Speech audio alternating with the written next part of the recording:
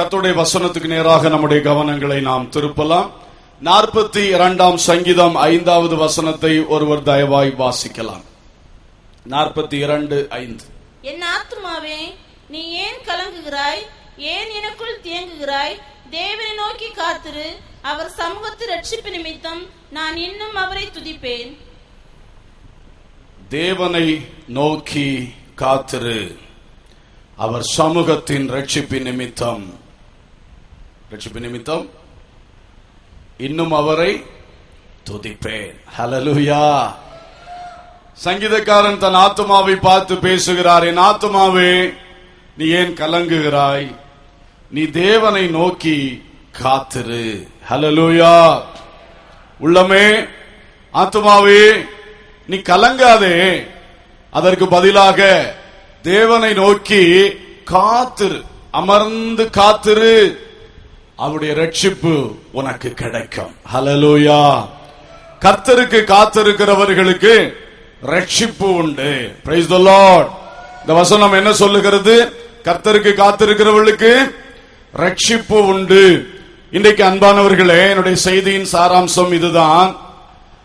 நாம் கஷ்டங்கள் வரும் பொழுது, நெருக்கங்கள் வரும் பொழுது, எதிர்ப்புகள், போராட்டங்கள் வரும் பொழுது, நஷ்டங்கள் வரும் பொழுது, வேதனைகள் வரும் பொழுது எல்லாம் செய்ய வேண்டிய ஒரு மிக முக்கியமான காரியம் கர்த்தருக்கு காத்திருக்க வேண்டும். ஆமென். கர்த்தரிடத்தில் அமர்ந்து கர்த்தரை நோக்கி காத்திருக்கிற பிள்ளைகளுக்கு அது எந்த இக்கட்டா இருந்தாலும், எந்த துன்பமா இருந்தாலும், எந்த வேதனையா இருந்தாலும் அதன் நடுவில் ஒரு ரட்சிப்பு வரும்.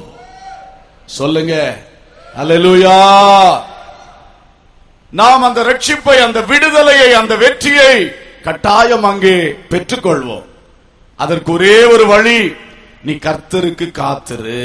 ஆமென். கர்த்தர் மனிதனை போல சில வேளை திடுதிடுப்பென்று செய்ய மாட்டார். உடனுக்குடன் டக் டக்குன்னு சில வேளை செய்ய மாட்டார். ஆனால் நீ கர்த்தருக்கு காத்திருந்தால், பொறுமையுடன் காத்திருந்தால், அவர் அவருடைய வேளையிலே உனக்காக ஒரு கிரியை செய்வார். அது ஒரு மகிமையான ரட்சிப்பாய் வெளிப்படும். அல்லேலூயா. எனவே அன்பானவர்களே, நாம் எந்த சிக்கலில் ஆகியிருந்தாலும், எந்த கஷ்டத்தில் இருந்தாலும், இன்றைக்கு ஒரு பெரிய ஒரு ரட்சிப்பு நமக்கு கிடைக்க வாய்ப்பு இருக்கிறது. அதற்கு நாம் என்ன செய்ய வேண்டும் என்றால், கர்த்தரை நோக்கி காத்திருக்க வேண்டும். அல்லேலூயா. இதில் சில அனுபவங்களை நான் இன்றைக்கு உங்களுக்கு சொல்லும்படியாக விரும்புகிறேன். முதலாவதாக நீதிமொழிகள் 20வது அதிகாரம் 22ஆம் வசனத்தை வாசிக்கலாம். தீமைக்கு சரி கட்டுவேன் என்று சொல்லாதே. தீமைக்கு சரி கட்டுவேன் என்று சொல்லாதே. கர்த்தருக்கு காத்திரு. கர்த்தருக்கு காத்திரு. அவர் உன்னை ரட்சிப்பார். அவர் உன்னை ரட்சிப்பார். இந்த வசனத்துக்காக தேவனை மகிமைப்படுத்துவோம். அல்லேலூயா. தீமைக்கு சரி கட்டுவேன் என்று சொல்லாதே. உனக்கு யாராயிலும் தீமை செய்து விட்டார்களா? அந்த தீமைக்கு பதிலாக தீமை செய்வேன் என்று நீ சொல்லாதே, நினையாதே. அதற்கு பதிலாக நீ கர்த்தருக்கு என்ன செய்? காத்திரு.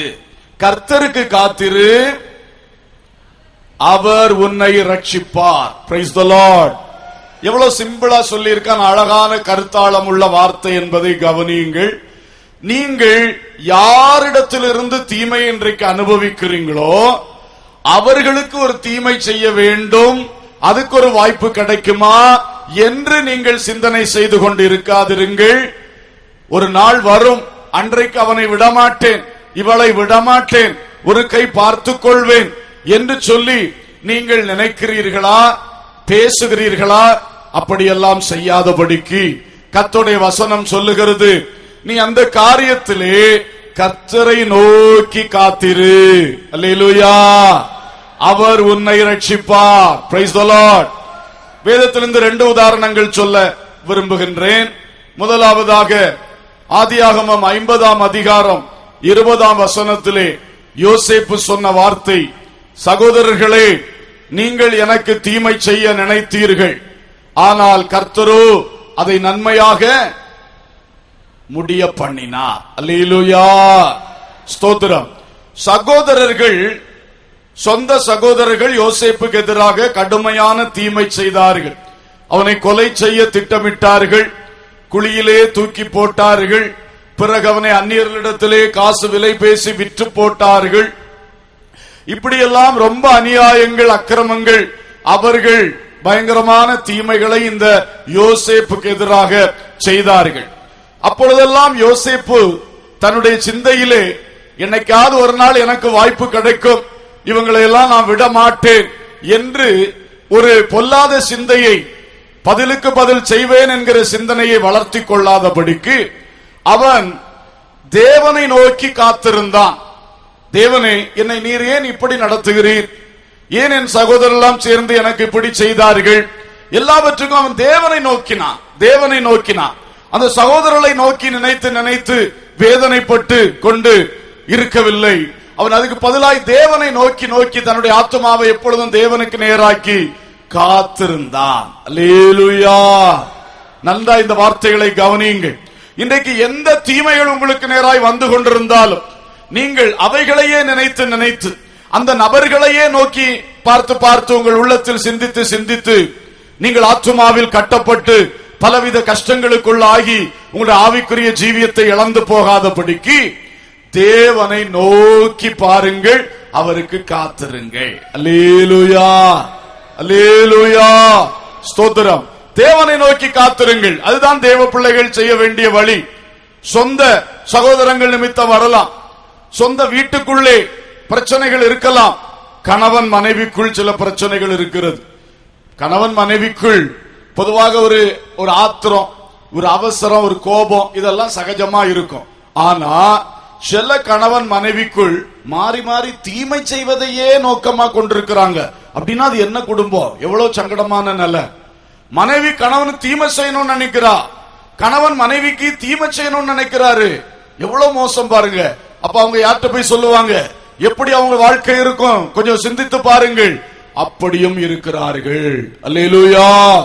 அப்படிப்பட்ட நபர்கள் எல்லாம் மாறி மாறி மறுபடியும் பிரச்சனையை பண்ணி பண்ணி அவருக்கு பதில் செய்ய, அவர் சொன்ன வார்த்தைக்கு பதில் சொல்லுவேன், அவ செய்ததுக்கு நானும் பதில் செய்வேன் என்று சொல்லாதபடி அமைதியாய் தேவனை நோக்கி காத்திருங்கள். அல்லேலூயா.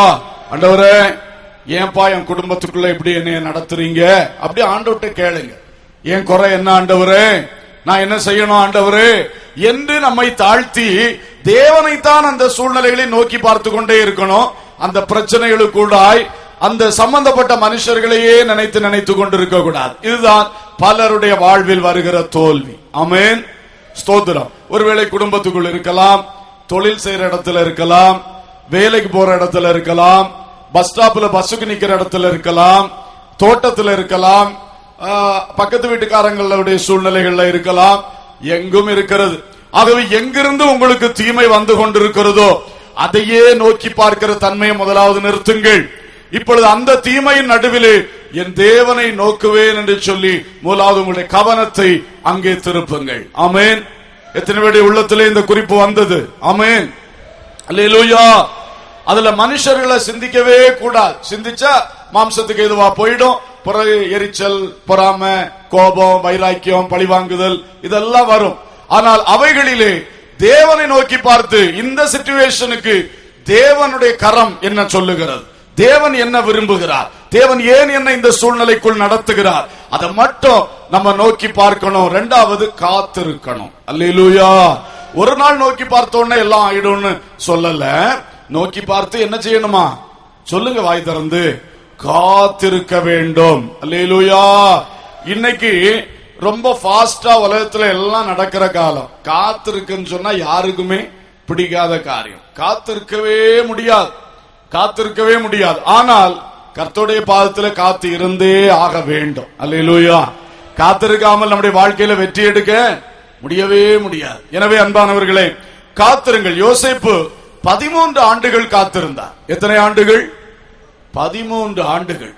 இந்த தீமையின் பாதையிலே அவர் நடக்க தொடங்கி 17வது வயசுல ஆரம்பித்தது 30வது வயசு வரைக்கும் தீமை இன்னும் அதிக தீமையாய் மாறிக்கொண்டே போனது, அதிக தீமையாய் மாறிக்கொண்டே போனது.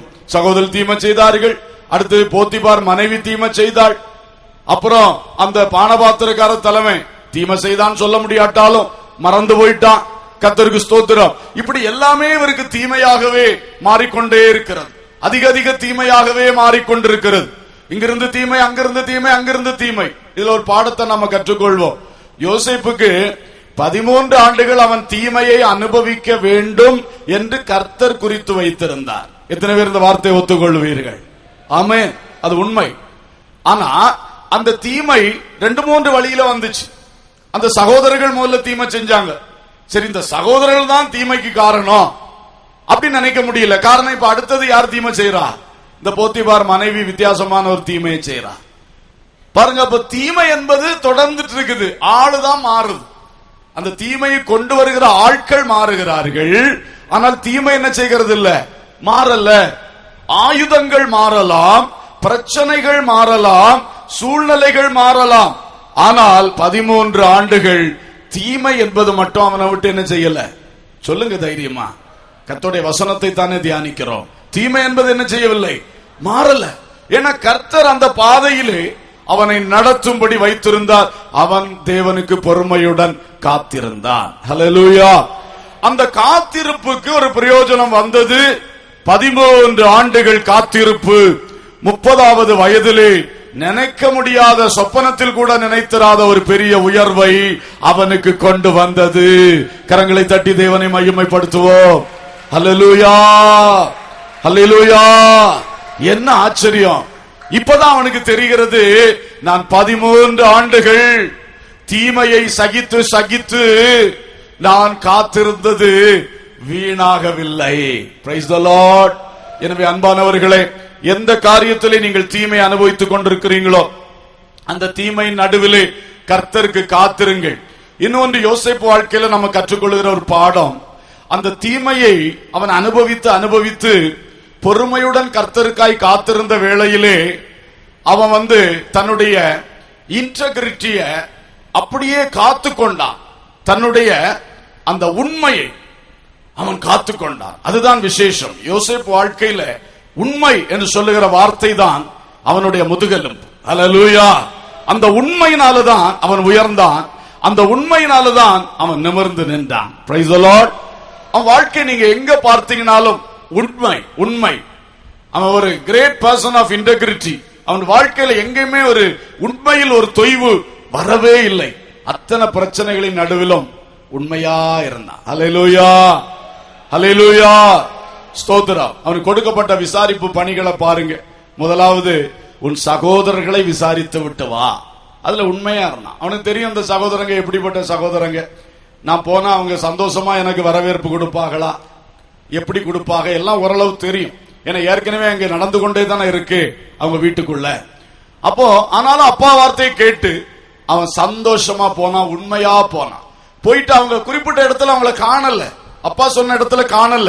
இவன் உண்மை இல்லாதவன்னா ஓடி திரும்ப வந்திருப்பான். வந்துட்டு, அப்பா நீங்க சொன்ன இடத்துக்கு போனேன், நல்லா தேடினேன், காணவில்லை, முடிந்து போச்சு, அவனுடைய டியூட்டி ஓவர். ஆனா அவன் டியூட்டி மட்டும் செய்யல. அவன் அங்க போயிட்டு அந்த அன்னைமார காணாத உடனே, இங்க கொஞ்சம் பேர் ஆடு மேய்ச்சிட்டு நின்னாங்களா அப்படின்னு விசாரிச்சு விசாரிச்சு அவங்க இருந்த இடம் மட்டும் தேடி கண்டுபிடித்தான். அல்லேலூயா. அதுலதான் அந்த விசாரிப்பின் உண்மை தெரிகிறது. Price the Lord. உண்மையாய் விசாரித்தான். ஸ்தோத்திரம். அது மாதிரி அடுத்தது போத்திபார் வீட்டுக்கு போனான். போத்திபார் வீட்டுல அந்த எஜமானியனுடைய உண்மையை பார்த்து உயர்த்தி உயர்த்தி வீட்டில் உள்ள எல்லாத்துக்கும் அதிகாரியா மாத்திட்டான். எங்கிருந்தோ வந்த ஒரு அடிமை பையன். ஆனா அவனை நம்பி மந்திரி வீட்டையே முழுசும் கொடுத்திருக்கிறார். பாருங்க, அந்த அளவுக்கு உண்மை உள்ள பையன். அதிலும் அடுத்தது ஒரு உண்மைக்கு ஒரு பயங்கர சோதனை அங்கே வந்தது. அவனுடைய எஜமானுக்கு அவன் உண்மையா இருக்க முடியாத அளவுக்கு எஜமானுடைய மனைவியே தன் கணவனுக்கு உண்மை இல்லாதவள், அவள் ஒரு பொல்லாத தீமையை கொண்டு வந்தாள். ஆனால் அந்த இடத்திலும் என் எஜமானுக்கும் என் கர்த்தருக்கும் நான் உண்மையாயிருப்பேன், இப்படி உண்மை கேடு காட்டுகிற உனக்கும் நான் உண்மையாயிருப்பேன். அல்லேலூயா, ஸ்தோத்திரம். எவ்வளவு பெரிய உண்மை பாத்தீங்களா? கர்த்தருக்கு முன்பாக உண்மை. அந்த எஜமான் என்ன நம்பி இந்த வீட்டில் என்னை அதிகாரி ஆக்கி இருக்கான், அவனுக்கு நான் தீமை செய்யக்கூடாது என்கிற உண்மை. அது மட்டுமல்ல, இவா கேடு கெட்டவள் இப்படி பேசுறா, ஆனா அவளுக்கு நான் இணங்கி அவளுக்கும் தீமை செய்யக்கூடாதுன்னு சொல்லி எல்லாருக்கும் உண்மை உள்ளவனாய் விளங்கினான். ஹல்லேலூயா. அவன் காத்திருக்கும் பொழுது அவனுடைய உண்மையை காத்துக்கிட்டான். அதான் முக்கியம். அவன் நினைச்சிருக்கலாம், எதுக்கு நான் உண்மையா இருக்கணும், நான் உண்மையா இருந்து எனக்கு கிடைச்ச பரிசு என்ன?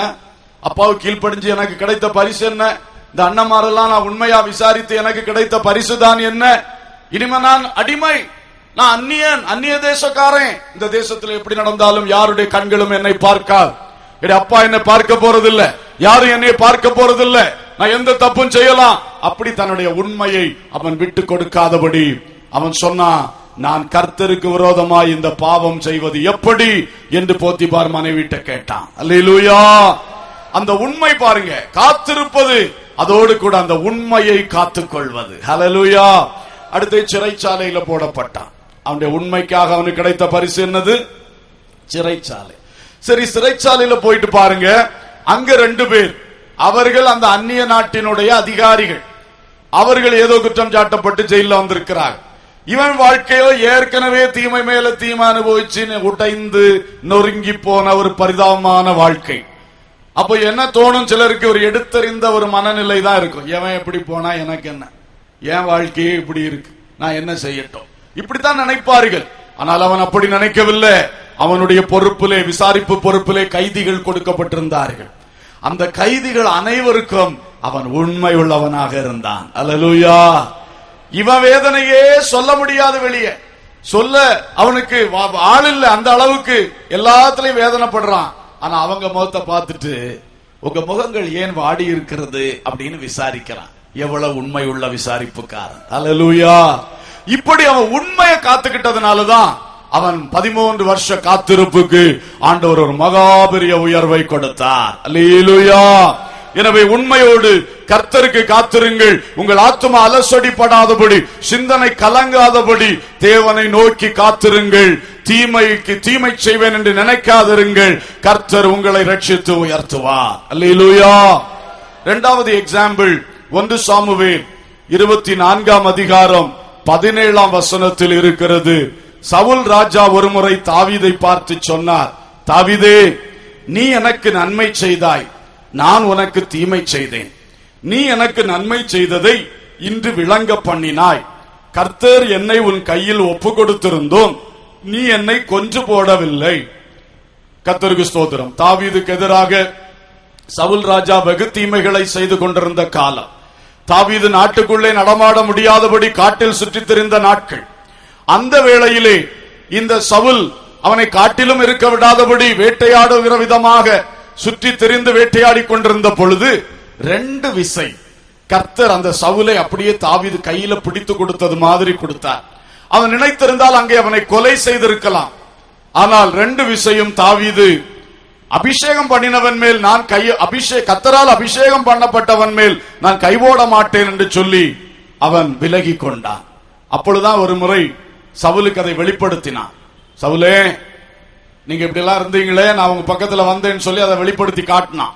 அப்போ சவுலுக்கு ரொம்ப இதாகி போச்சு. ஓஹோ, தாவீது கையில நம்ம மாட்டி இருக்கோம், தாவீது நம்ம ஜீவனை தப்ப விட்டுருக்கான். அப்பதான் அறிக்கை பண்ணினான் சவுல், தாவீது, நான் உனக்கு ரொம்ப தீமை செய்தேன், ஆனா நீ எனக்கு நன்மையே செய்தாய். இப்ப கூட நீ என்ன கொண்டு போட்டிருக்கலாம், ஆனா கொலை செய்யாம என்னை தப்புவிக்க விட்டு நீ என்னை நன்மை செய்ததை விளங்க பண்ணினாய். அல்லேலூயா. பாத்தீங்களா, தாவீதுடைய காத்திருப்பின் நாட்கள். அவன் ராஜ அபிஷேகம் பெற்ற பிறகாகும் அவனுக்கு இவ்வளவு கஷ்டம். அந்த அபிஷேகம் இல்லாத வேளையிலே he was a free bird. அவன் ஒரு சுதந்திர பறவையாக இருந்தான். ஆடுகளை மேய்ப்பான், பாடல்களை பாடுவான், அழகாய் சந்தோஷமாய் ஆராதனை வீரனாக அழகாய் இருந்தான். ஆனால் என்றைக்கு அவன் தலையில் அபிஷேகம் வந்ததோ அன்றைக்கு இருந்து சாத்தான் கண் வைக்க ஆரம்பித்தான். அவனை கர்த்தர் பயன்படுத்த சவுல் காய்மகாரமாய் பார்க்க தொடங்கினான். அப்பொழுது இந்த தாவீதுக்கு பல தீமைகள் தொடர்ந்து வர ஆரம்பித்தது. அந்த தீமைகள் வர வர வர இவன் அவனுடைய அபிஷேகம் நிறைவேறுவதற்கு, அவன் மேல ஊற்றப்பட்ட அபிஷேகம் ராஜ அபிஷேகம். அப்ப ராஜாவா அவன் மாறன். அபிஷேகம் ஊற்றப்பட்டாச்சு, ஆனா அவன் சிங்காசனத்துல இன்னும் ஏறல. அதுக்கு இடைப்பட்ட காலம் காத்திருப்பின் காலம். ஹல்லேலூயா. அந்த காத்திருப்பின் காலத்தில்தான் கடுமையான தீமைகளை அனுபவித்துக் கொண்டே இருந்தான். எங்கு பார்த்தாலும் தீமைகள், உயிருக்கு பயந்து ஓடுகிற சூழ்நிலைகள், ஆகாரத்துக்காக அடிபோட்டு சாப்பிடுகிற சூழ்நிலைகள், எல்லாமே பரிதாபமான நிலை. அபிஷேகம் தலையில் இருக்கிறது, ஆனால் நிலைமையோ பரிதாபம். இப்படி இருந்த வேளையிலும் அவன் கர்த்தருக்கு பொறுமையுடன் காத்திருந்தான். அல்லேலூயா. அப்பொழுதுதான் 2 விசை சவுல் கையில வந்து மாட்டினான். அவனுக்கு தெரியும், இந்த சவுல இங்க முடிச்சிட்டோம்னா நம்ம தான் அடுத்த ராஜா, நம்ம தலையில அபிஷேகம் இருக்குது. அல்லேலூயா. ஆனாலும் ஆத்திரப்படல, காத்திருந்தான். அதான் காத்திருப்பினுடைய மேன்மை. Price the Lord. காத்திருந்தேன், இப்ப கையில கிடைச்சது, முடிச்சிருவோம், நம்ம எழும்பிடுவோம் நினைக்கவே இல்லை. இன்னும் காத்திருப்போம். கர்த்தருடைய வேளை உண்டு.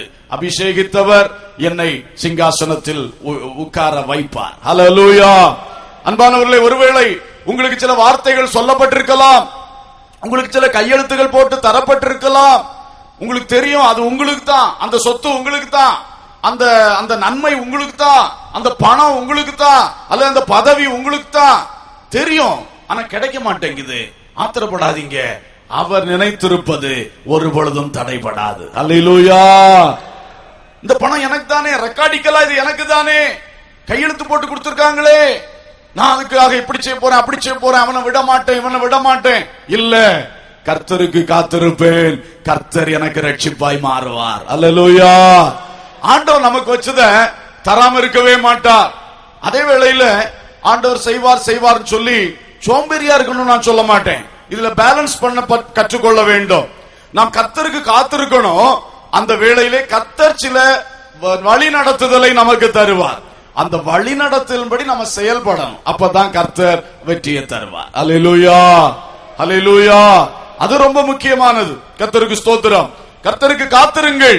அதே வேளையிலே கர்த்தர் சொல்லுகிறதை செய்யுங்கள். கர்த்தர் சொல்லாததை செய்யாதீங்க. உங்க மனம் போல ஏதாச்சும் செய்யாதீங்க, ஆத்திரப்பட்டு ஏதாச்சும் செய்யாதீங்க, கோவப்பட்டு ஏதாச்சும் செய்யாதீங்க.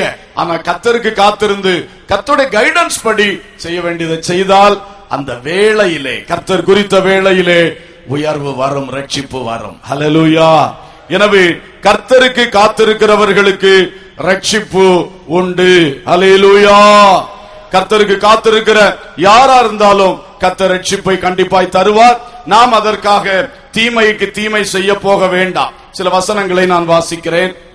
மத்தேயு 5:39 இயேசு கிறிஸ்து சொன்னார், தீமையோடு எதிர்த்து நிற்க வேண்டாம். ஒருவன் உன்னை வலது கன்னத்தில் அறைந்தால் அவனுக்கு மறு கன்னத்தையும் திருப்பிக் கொடு. கர்த்தர் இயேசு கிறிஸ்து நமக்கு கற்று தந்திருக்கிற பிரமாணம், தீமையோடு நீ என்ன செய்யாத, எதிர்த்து நிக்காத, அதுக்கு நீ விலகி போ. அப்படிதான் ஆண்டவர் சொல்லுகிறார். தீமையோடு எதிர்த்து நிக்காத. உன்னை வலது கன்னத்தில் அடைச்சான்னா அவனை உடனே பலாருன்னு நீ மாறி அறையாத. நீ வாங்கிட்டு வேணுமனா ஒரு அடி கூட அடிச்சுட்டு போப்பா என்று சொல்லு. உன் மறுகணத்தையும் காட்டு. அப்படித்தான் கர்த்தர் சொல்லுகிறார். இது கேட்க ஒருவேளை நமக்கு ஒரு மாதிரி கொலைத்தனமான இது போல இருக்கும் அன்பானவர்களே. ஆனால் இயேசு கிறிஸ்து அர்த்தம் இல்லாமல் ஒன்றையும் சொல்ல மாட்டார். ஹல்லேலூயா. அவருடைய அர்த்தம் என்ன? என் மகனே, இது தீமை, வேணும்னே தீமை செய்கிறான், அவன்கிட்ட போய் நீ மோதாத, அவன்கிட்ட போய் எதிர்த்து நிக்காத, போராடாத. அவன் வேணும்னே தீமை செய்யறான் பத்தியா, நீ அன்பா சொல்லி பாரு. கேட்கலன்னா விட்டுரு. நீ மாறி தாக்காத, நீ மாறி கிரியை செய்யாத. நான் உனக்காய் கிரியை செய்வேன், நீ என் பாதத்தில் காத்திரு. அல்லேலூயா. அல்லேலூயா. ஸ்தோத்திரம். மத்தேயு 6:13 இயேசு கிறிஸ்து ஜெபிக்க கற்றுக் கொடுத்த பொழுது சொன்னார், எங்களை சோதனைக்குட்பட பண்ணாமல் தீமை நின்று எங்களை ரட்சித்துக் கொள்ளும் என்று அனுதினமும் பிதாவை நோக்கி ஜெபம் பண்ணணும். அப்ப பாருங்க, நீ தீமையோட எதிர்த்து நிக்காதேன்னு சொன்னாரு. இப்ப அவரே சொல்றாரு, நீ டெய்லி காலையில ஜெபம் பண்ணும் போது ஒரு ஜெபத்தை மறக்காம அப்பா பிதாவை நோக்கி நீ சொல்லு. என்னன்னு சொன்னா, ஆண்டவரே, இன்றைக்கு என்னை சோதனைக்குட்படுத்தாதபடி என்னை தீமையிலிருந்து என்ன செய்து கொள்ளும், ரட்சித்துக் கொள்ளும். அப்ப ஒவ்வொரு நாளும் ஜெபம் பண்ணணும். ஆண்டவரே, எந்த தீமை அணுகாம என்னை காத்துக்கொள்ளும்ப்பா, என் பிள்ளைகளை காத்துக்கொள்ளும்ப்பா, என்னை சார்ந்தவர்களை காத்துக்கொள்ளும் அப்பா, இன்னாரை காத்துக்கொள்ளும். இன்னார் ஜபிக்கும்படி கேட்டார்கள், இன்னார் இதற்கு ஒரு காரியத்துக்காக போறேன்னு சொன்னார்கள். அப்படி எல்லாருக்காக நாம ஜெபிக்கும் பொழுது தீமையிலிருந்து விலக்கி ரட்சித்துக் கொள்ளும். ஹல்லேலூயா. அதுக்காக நாம் குறிப்பாய் ஜெபிக்க வேண்டும் என்றும் கர்த்தர் வலியுறுத்தி சொல்லி இருக்கிறார். பவுல் சொல்லுகிற ஒரு வார்த்தை ரோமர் 12:21, நீ தீமையினாலே வெல்லப்படாமல் தீமையை நன்மையினாலே வெல்லு. பாருங்க, நீ தீமையினால வெல்லப்படாமல் தீமையை நன்மையினால என்ன செய், வெல்லு. ஹல்லேலூயா. ஒருத்தர் உங்களுக்கு ஒரு தீமையை செய்தார் அல்லது தீமையானதை பேசினார், ஏதோ ஒன்று தீமையை நடப்பித்தார் என்று வைத்துக் கொள்ளுங்கள். அந்த தீமைக்கு நம்மளும் ஒரு பதில் தீமையை தூக்கி போட்டோம்னா நாம அந்த தீமையை கொண்டு எதிர்க்கிறோம். நாம் தீமையினால் முறியடிக்கப்பட்டு விட்டோம் என்று அர்த்தம்.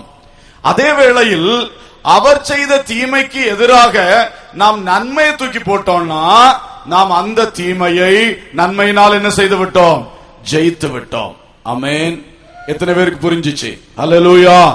அங்கிருந்து ஒரு தீமை வந்துச்சு, அதுக்கு பதில் இங்க இருந்து ஒரு தீமையை கொடுத்துட்டோம்னா இப்ப என்ன செய்தாச்சு? அந்த தீமை நம்மளை ஜெயித்திருச்சு. அதுக்கு தான் சாத்தான் அந்த நபரை கொண்டு ஒரு தீமையை நமக்கு நேரம் அனுப்பலாம். அவருடைய நோக்கம் அதுதான். அப்ப அந்த தீமை நம்மளுக்கு நேரம் வந்தோம்னா நம்மளும் ஒரு தீமையை தூக்கி விட்டுட்டோம்னா அது நாம தோல்வி அடைந்து விட்டோம் என்று அர்த்தம். அதே வேளையில் அவர்கள் செய்த தீமைக்கு நாம் நன்மையை பதிலாக செய்தோம் என்றால் அந்த தீமையை நாம் நன்மையினாலே என்ன செய்து விட்டோம்? வென்று விட்டோம். அல்லேலூயா. இதுதான் தேவ பிள்ளைகளின் ஆயுதம். தேவ பிள்ளைகள் தீமையை வெல்லுகிறதற்கு நன்மை என்பதைத்தான் ஆயுதமாய் பயன்படுத்தணும். தீமையை வெல்லுகிறதுக்கும் தீமையே ஆயுதமாய் பயன்படுத்துவது சரியல்ல. அது தோல்வியை கொண்டு வரும். தேவ பிள்ளைகள் அப்படி ஜெயிக்கவே முடியாது. தேவன் நமக்கு தந்திருக்கிற ஆயுதம் தீமையை வெல்லுவதற்கு எங்குமே நீ நன்மையை பயன்படுத்து. அல்லேலூயா. தீமையான வார்த்தை வருகிறதா, அந்த நபரை பற்றி நீயோ 2 தீமை சொன்னீன்னா தீமை கொண்டு எதிர்க்கிறாய், நீ தோற்று விட்டாய். நீ உன்னை பற்றி தீமையாய் சொன்ன மனுஷனை பற்றி பேச வேண்டிய சந்தர்ப்பம் வரும் பொழுது நீ ஞானத்துடன் விவேகத்துடன் நன்மையாய் சொன்னால் அந்த தீமையை நன்மை கொண்டு எதிர்க்கிறாய். கண்டிப்பாய் நன்மைதான் ஜெயிக்கும். அல்லேலூயா. இந்த பழக்கத்தை எல்லா தேவ பிள்ளைகளும் நன்றாக பழகிக் கொள்ளணும். நாம வாயில வந்த போல பேசவும், கையில கிடைச்ச போல கிரியை செய்யவும், அப்படியே நினைச்சது போல நடந்து கொள்ளவும் அந்த தன்மையை விட்டுவிட வேண்டும். அது விசுவாசிகளுடைய தன்மை அல்ல. அல்லேலூயா. விசுவாசிகளுக்குரிய நல்ல தன்மை, இயேசுவின் சீஷர்களுடைய நல்ல தன்மை, தீமையை நன்மை கொண்டு வெல்லுகிறது தான் அந்த தன்மை. அல்லேலூயா.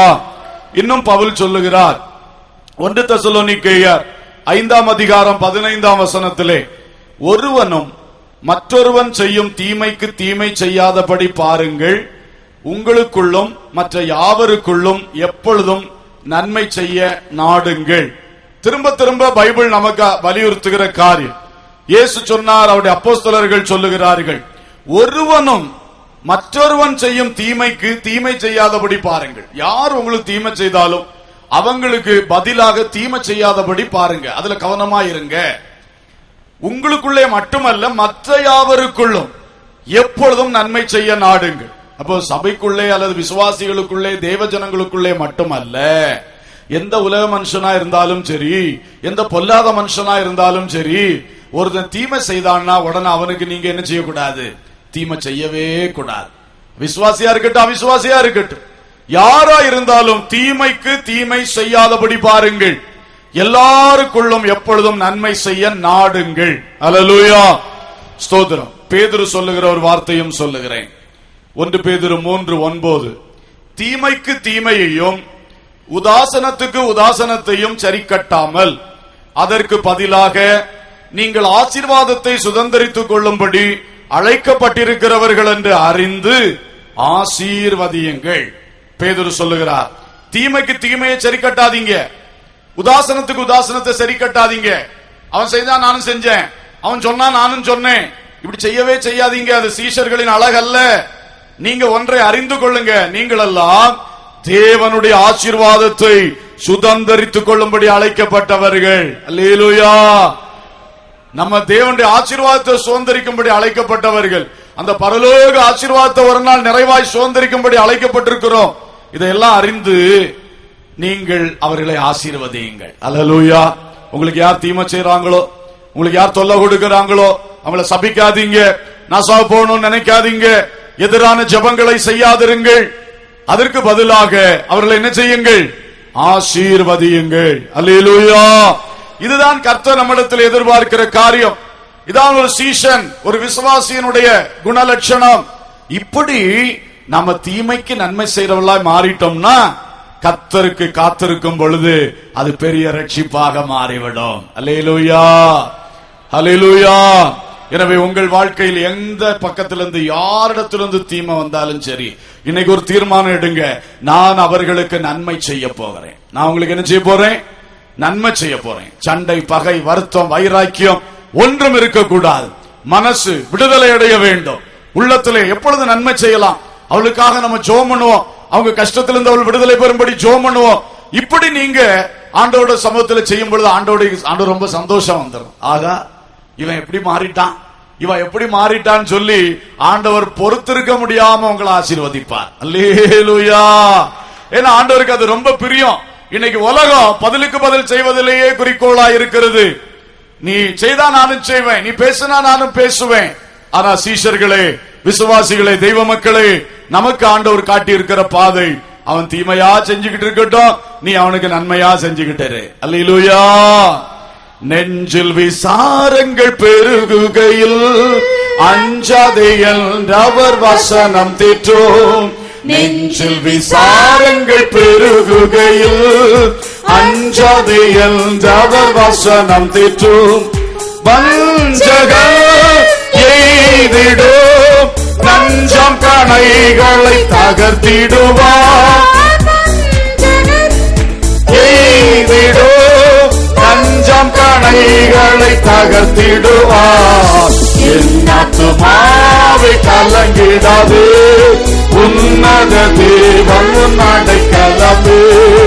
என் ஆத்துமாவை கலங்கிடாது. பாடும் பொழுது தீமை அனுபவிக்கிற உள்ளங்கள் ஆறுதலை பெற்றுக் கொள்ளுங்கள்.